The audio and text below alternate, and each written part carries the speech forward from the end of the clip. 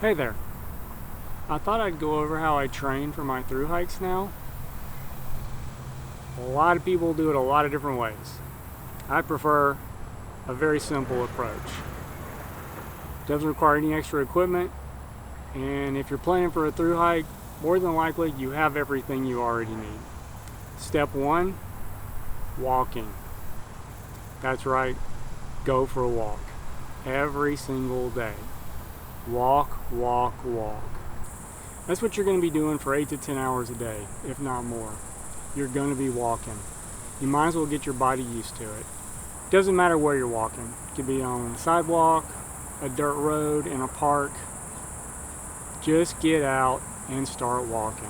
If you haven't done a lot of walking and it's new to you, start slow. A mile, maybe 2 on day 1. See how you feel and up it from there. One thing you do want to do is you need to steadily be progressing in your distance over time. Your body's going to tell you how far you can walk. Listen to it. It's another thing that these walks will train you to do. They'll train you to start listening to your body. Pay attention to it. If something starts feeling weird, start feeling twinges in certain areas, it means something's wrong. That brings us to step number 2, mobility and flexibility. These are way more important than people make it out to be. I found that out the hard way on a couple of different hikes. Your hips, your knees, your ankles, you'll really want to work on increasing your flexibility and your mobility in those 3 key areas. You also want to work on lengthening your muscles.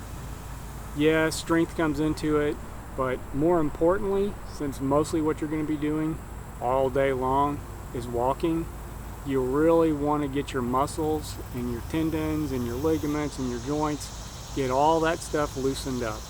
Down in the description, I'll link to 2 videos that I find pretty helpful, and I think you'll probably like them as well. Simple, easy stretching plans, not very difficult to do, and you can easily work them into a morning routine, an afternoon routine, and evening routine. The third and final phase, training hikes. It's important that you find out how your gear is going to work for you. So load your backpack up with the stuff that you have, your tent, your sleeping bag, your food, your cook kit, your rain gear, and take all of that on some training hikes. Short distances, whatever you feel comfortable with. Now's not the time to push it just yet. You're going to go out and you're going to find out how your body feels wearing 20, 25 pounds on your back. What happens to your hips, what happens to your knees, what happens to your ankles, what happens to your feet, your shoulders, what happens to your shoulders. I still haven't found a solution for that. About the first week of any thru hike, my shoulders are killing me. That's what the training hike is for. To go out, you find out how your gear's working, what's not working, or your shoes causing a problem, are your shorts causing a problem? Do it now, because when you get on your thru hike, it's much tougher to make adjustments and change things there. Yeah, it's possible, but you're out there to enjoy the hike, and if things are causing problems for you, it's not going to be quite as enjoyable. So go on numerous training hikes. And again, is it going to be raining? Great. It's a good time to find out if your tent leaks, if your rain gear works. Is it really hot outside? Yep. You heard it, you know it. Go for a training hike. How does it feel sleeping in that tent with the sun beating down on you and it's hot inside? How does your body feel? Is it really cold? Go for a training hike. Because when you're out there on the trail, those are the things that you're going to be dealing with on a daily basis. So you might as well start training for it. And that's it. That's my 3-step training plan. 1, get out and walk. I've worked up to where I walk probably 15, 20 miles a day. That sounds like a lot, and it is a lot, but it's taken me about 5 years to get to that point. When I first started this, I was probably only doing 1 or 2 miles.